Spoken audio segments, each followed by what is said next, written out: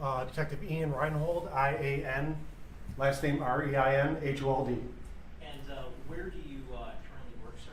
Eastpointe Police Department. And what's your role with the Eastpointe Police Department? I'm a detective. And how long have you been in that line of work? In Eastpointe, it'll be 5 years in January. Okay. I want to take you back to January 7th of 2022. On that particular day, did you become involved in what was then a missing persons investigation into Zion Foster? Yes. And can you tell me, that particular day, did you have an opportunity to meet with Sierra Milton? Yes. And what was sort of the thinking initially, during that, let's say, the first day of the investigation? I came in, I think it was a Friday night. I met with her in the lobby at the station. My first thought was she was just missing again. She's previously been reported missing a couple times, but I had to get all the information from her that night. Okay.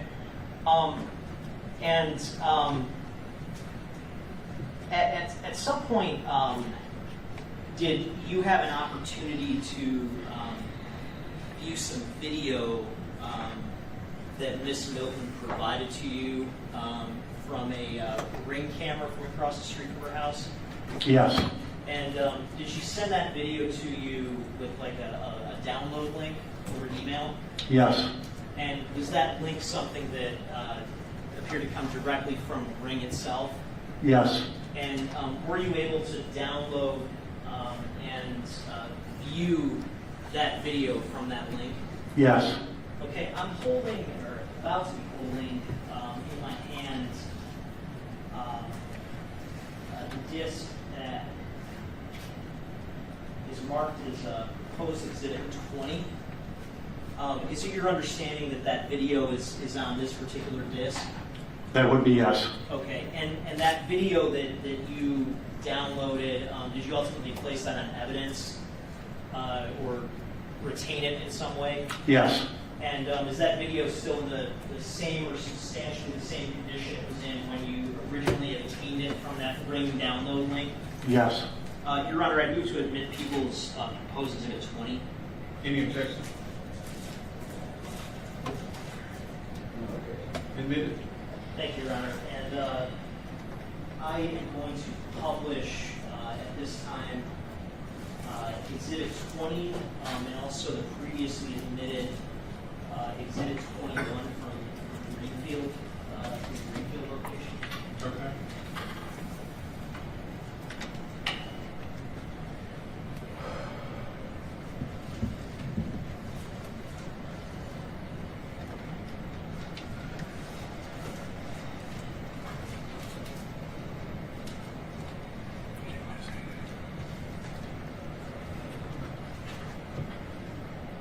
So starting with the Melrose video, it's Exhibit 20.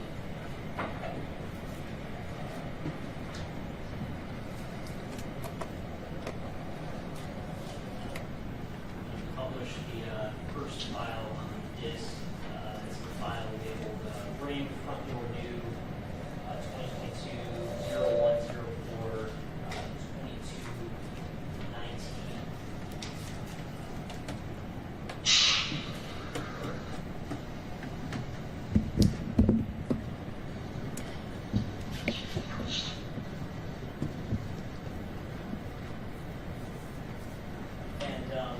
Sir, you see, excuse me, it's probably covered, I think it's covered by the Zoom, but is it your understanding that the timestamps on these Ring videos are accurate, or is there some kind of time differential? As far as I know, they're accurate. Okay. And looking at this vantage point, do you recall which house is associated with Sierra Milton, if you can see it in this video? It would be the second house from the corner. On your right, the two lights on, are two lights are on downstairs. Okay. And I'm going to publish the second video on the disc.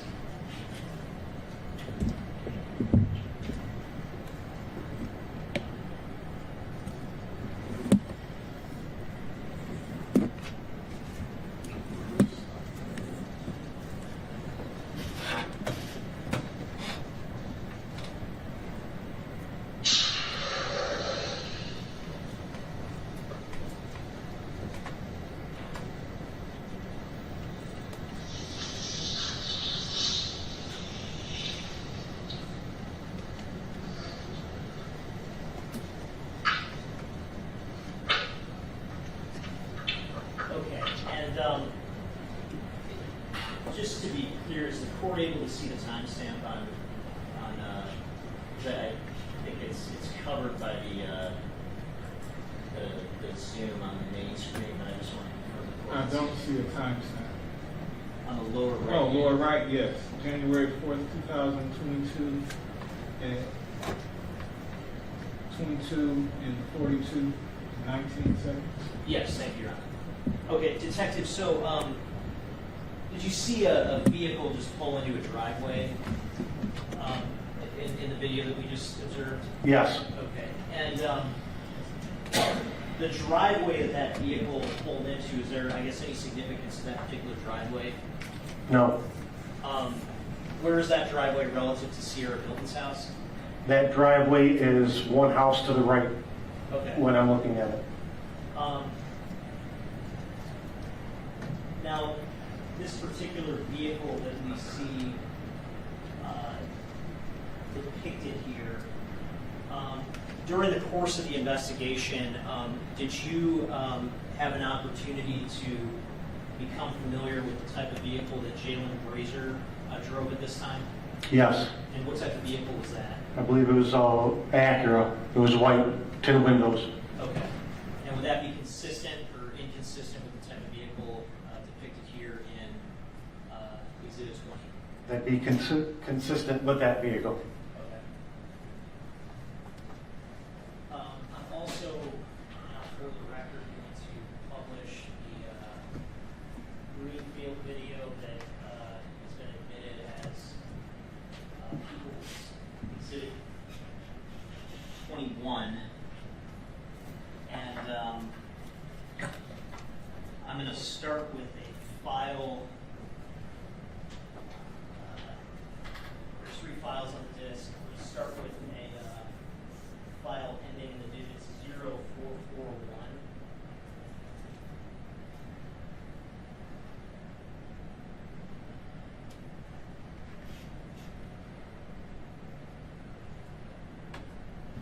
And I'm going to start at a minute and 10 seconds into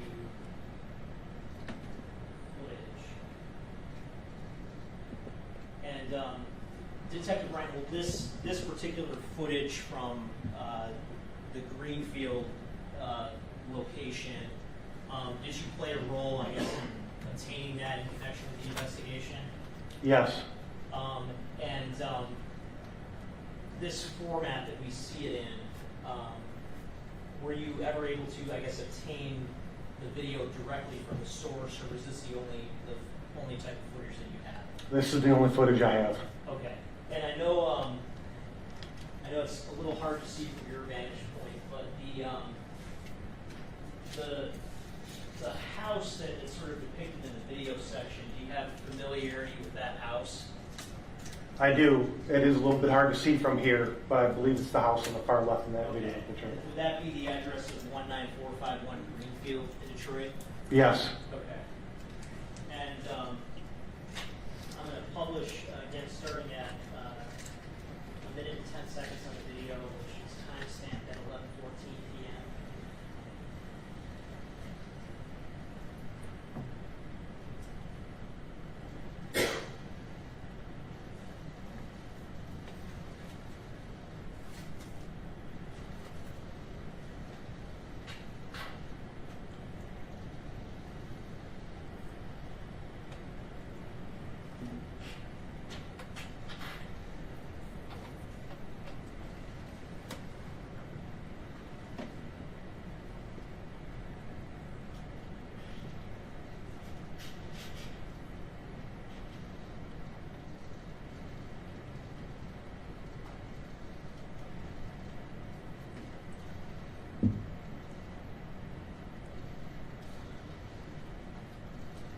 And I'm going to stop at a minute and 59 seconds at the 11:15 p.m.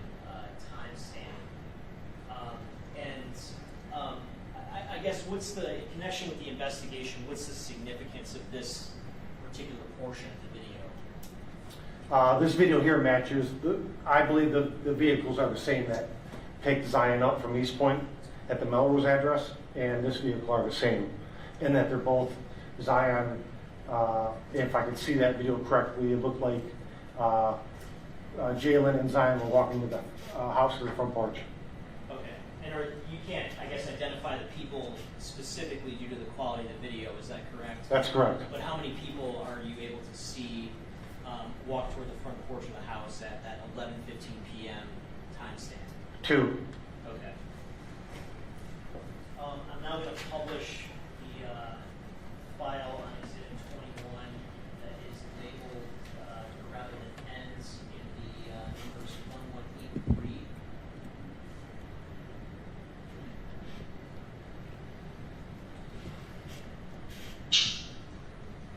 And I'm going to start at 2 minutes and 4 seconds into the video, which is going to be at the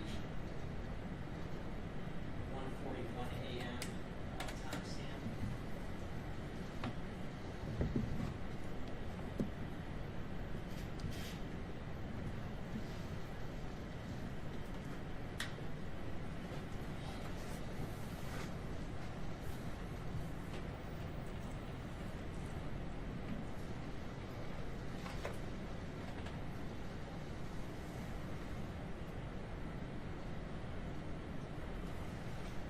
It's now moving to a 1:47 a.m. timestamp.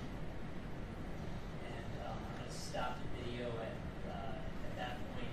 Detective, this snippet, I guess, that we just observed, what's the significance of that in connection with the investigation? It appears that the vehicle is moved and then backed up into the driveway. Okay.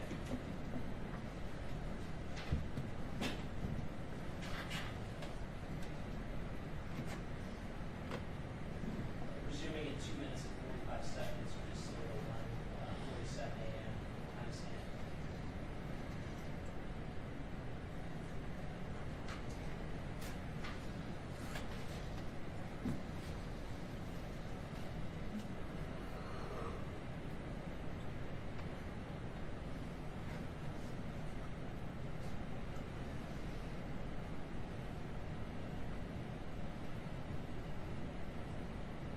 And just doing it for the record for now, the screen reflects 1:48 a.m.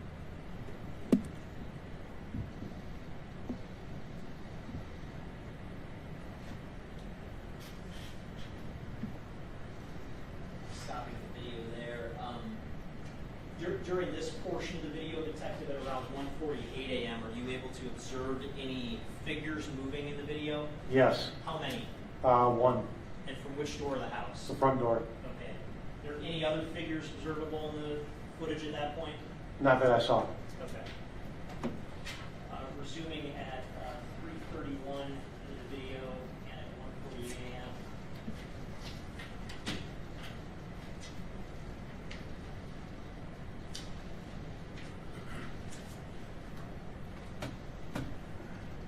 Stopping the video at 3:40 at 1:48 a.m. Is there any significance, I guess, to this portion of the video that just played? Are you able to see the? I'm not, I really can't see the video or on the side of the house right there. Okay. But you've reviewed this footage previously? Yes. And during this approximate time frame, was there anything that kind of caught your attention in terms of this video being relevant to the investigation? Somebody's at the car. Okay. Was there anything else you were able to observe regarding the car during that time? I don't recall. Okay. And Judge, again, I know this screen is kind of a little bit different from what I see on my own computer, but is the court able to see the light that flicked on inside the car? If I just go back a couple of seconds. So starting at 3:32.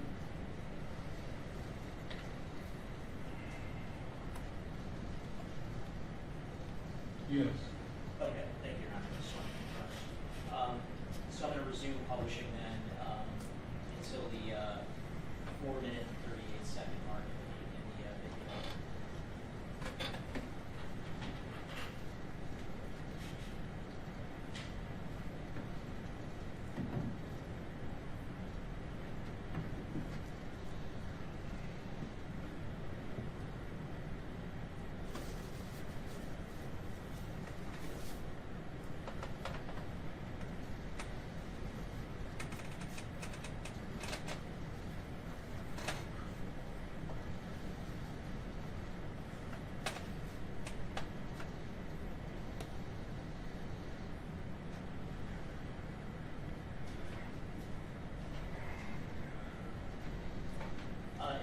based on this segment of the video, Detective, is it fair to say that we see the vehicle leaving at 1:49 a.m.? Yes. And I'm now going to publish the segment of the final video, which is a file that ends 1894.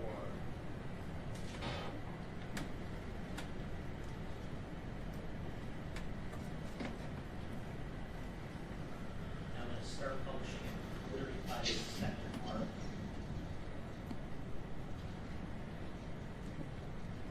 Which is going to be the 2:15 a.m. timestamp.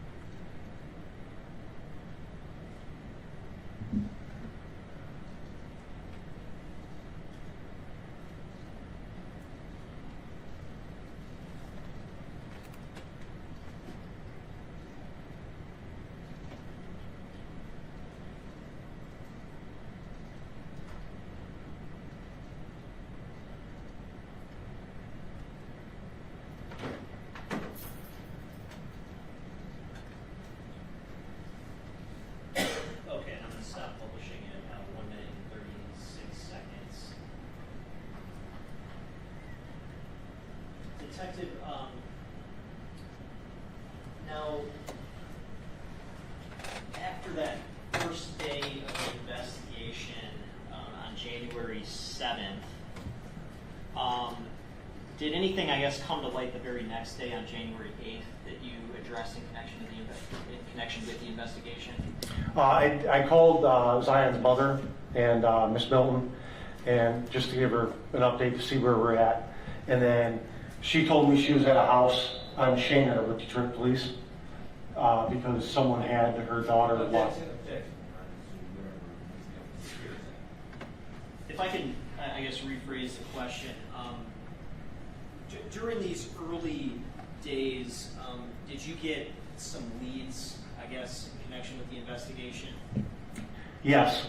And were these leads that were that turned out to be legitimate? Like, how would you describe these sort of early leads that you got? They were from scam artists trying to send messages to get money. Okay. And is it fair to say that you received some information about those sort of leads from Sierra Milton at that time? Yes. Okay. And is it also fair to say that that was sort of a distraction during the early phases of the investigation? Yes. Now, did Jaylin Brazier ever become a person of interest in your investigation? Yes. And when he became a person of interest, did you make any efforts to contact him? I did. And I want to take you, starting first on January 10th of 2022, did you have an opportunity to call Jaylin Brazier that day? I did. Okay. And just for the record, at a later point during the investigation, did you actually sit down face-to-face with Jaylin Brazier? At the end of the investigation, yes. And you were part of a team that took a statement from him eventually? Yes. And throughout the course of that meeting, did you have the opportunity to become familiar with both his appearance and his voice? Yes. And do you see him in court today? Yes. And just for the record, can you describe what he's wearing and point him out? Green jumpsuit, white T-shirt on underneath. Okay, thank you. If the record could reflect that the witnesses identified the defendant. So noted. So in this January 10th, 2022 conversation that you had with the defendant, did you ask him about Zion's disappearance? Yes. And did he claim to have any information about that? He did not have any information. Okay. Did he make any statements to you denying that he had any information? Yes. And what specifically did he say, if you recall? He hasn't seen her in months. She uses his house as an excuse when she runs away. Okay. How about the very next day? Did you speak with the defendant again on January 11th of 2022? Yes. And what was the nature of that sort of discussion? I asked him to come in and talk regarding the case. I don't recall if I asked him the day before or the following day on the 11th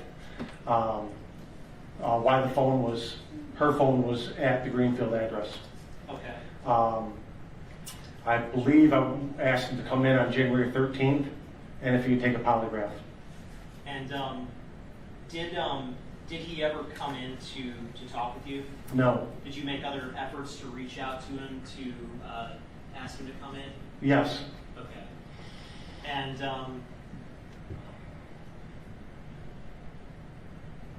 after that, I guess after those efforts failed, did you ultimately prepare a search warrant to search the address of 19451 Greenfield? Yes. And did you also prepare a search warrant to search the white Acura that the defendant owned? Yes. And were those search warrants approved by judges in Macomb County? Yes.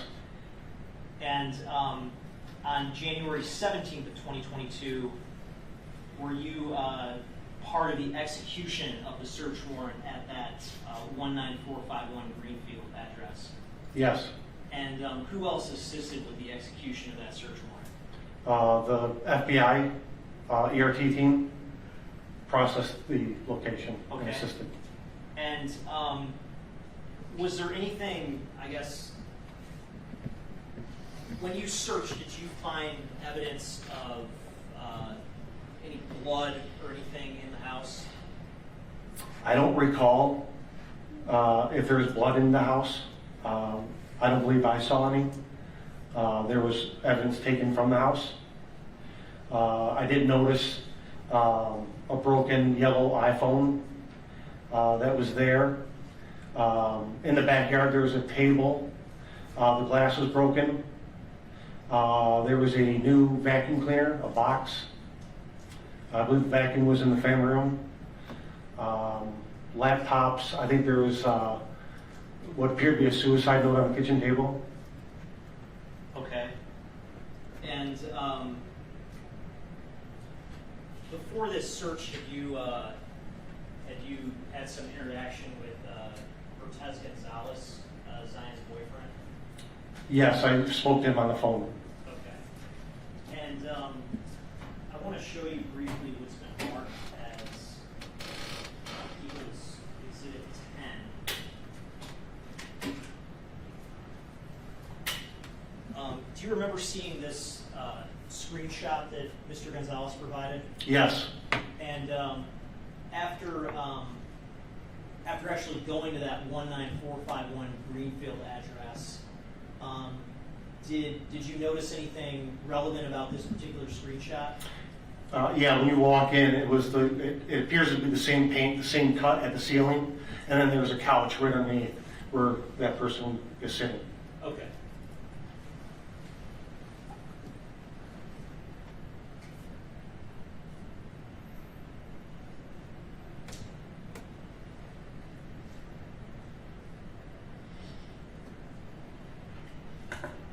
And at some point, did you get a hold of a device that purported to be the defendant's phone?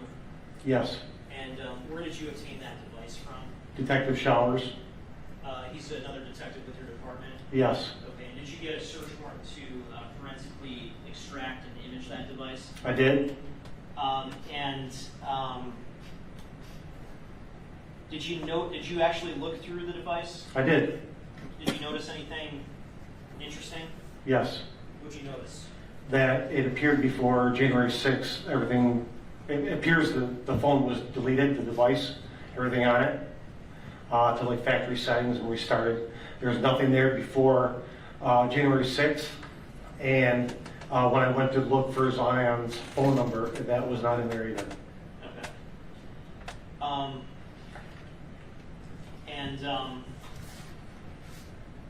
So when you looked through the phone, were you actually looking through the physical phone? Yes, And did you later turn that phone over to the Detroit Police Department for forensic imaging? I did. Okay. Okay, thank you. No further questions.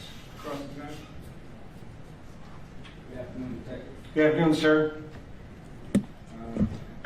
Now, you said originally when you received this, report that Zion Williams could be missing, you indicated that there was a previous incident where she was a missing person? Yes, Okay, approximately how many times, to your knowledge, was she missing before? 2. Two. Okay, and do you know for what time periods those 2 times were? I don't know the time frame.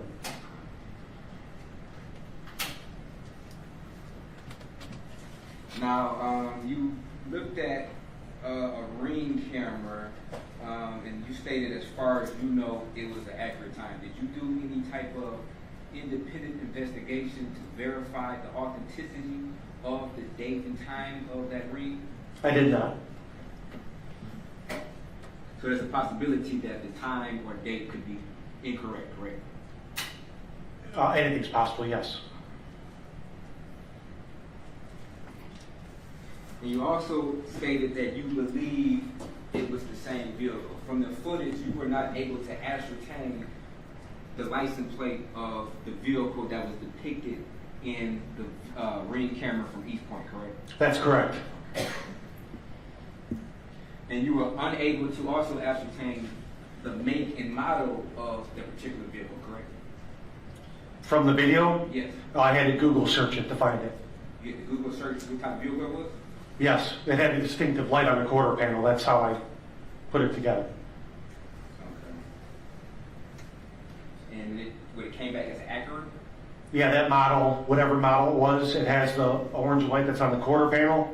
So when you see it coming down the street, not all cars have that light right in the top quarter panel by the door. Okay. You didn't do an exhaustive search to know if that was the only car that could have had that possible light in the quarter panel, correct? Correct. Okay. So would it be a fair statement that it could have been another car that had similar features to an Acura, such as a Honda, correct? I don't know, but it's a fair statement that you made, yes. Now, did you take any pictures yourself of the inside of Mr. Brazier's house during this execution of a search warrant? No,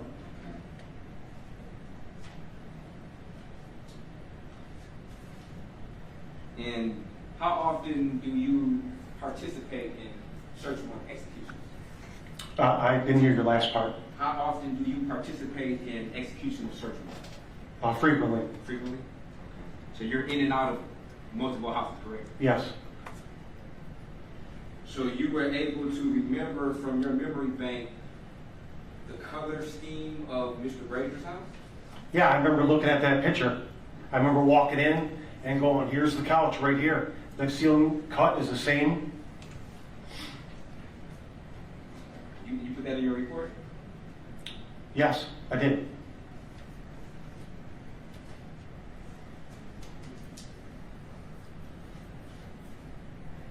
And how were you able to ascertain that the person in that picture was actually sitting down on the couch? It appeared because when you walk in the front door, the couch was right there. So that person, if they were sitting there, we kept playing with the image to look what would be behind you, and it was just reversed, the image. You say we, who was we? Whoever I was with at the time. You personally didn't take any pictures. I did not take any pictures, no. Did you review any pictures that came from the execution of the search warrant? I have not. You have not. So you're just going on your memory based upon that this is the same location from the picture, correct? I remember that Mr. Gonzalez sent me that picture, and I remember the picture looking at it, yes. When did he send it to you? I don't remember the exact date he sent it to me. But it would have to be at least a year and a half, approximately, correct? Today's date, correct? Yeah, but this is, okay. Yeah, it was that long ago. And approximately how many search warrants have you executed since that time? Approximately.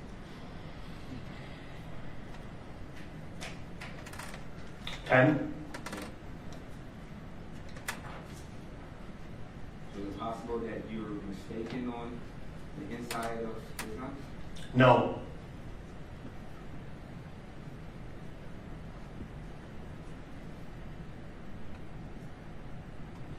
Now, during the course of your investigation, you spoke to an Alima Hall?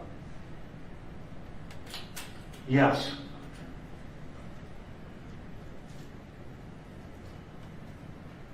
And you also spoke to Ms. Williams' mother, correct? Diane's mother, correct? Yes. Did you find out, did you observe that any of her conduct was kind of bizarre in regards to the disappearance of her daughter? According to what I was told. Okay. According to what you're told, that her behavior was somewhat odd, correct? Correct. Okay. That maybe she didn't investigate to the fullest of her potential to find her daughter, correct? Correct. Okay.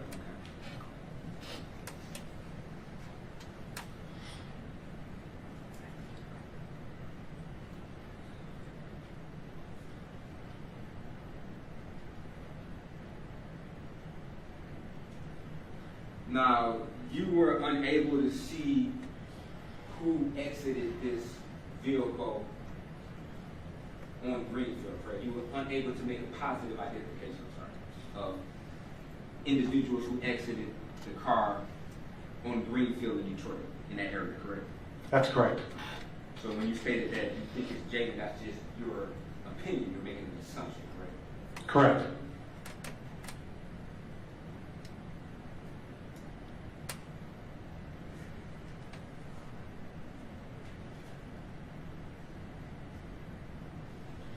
No further questions.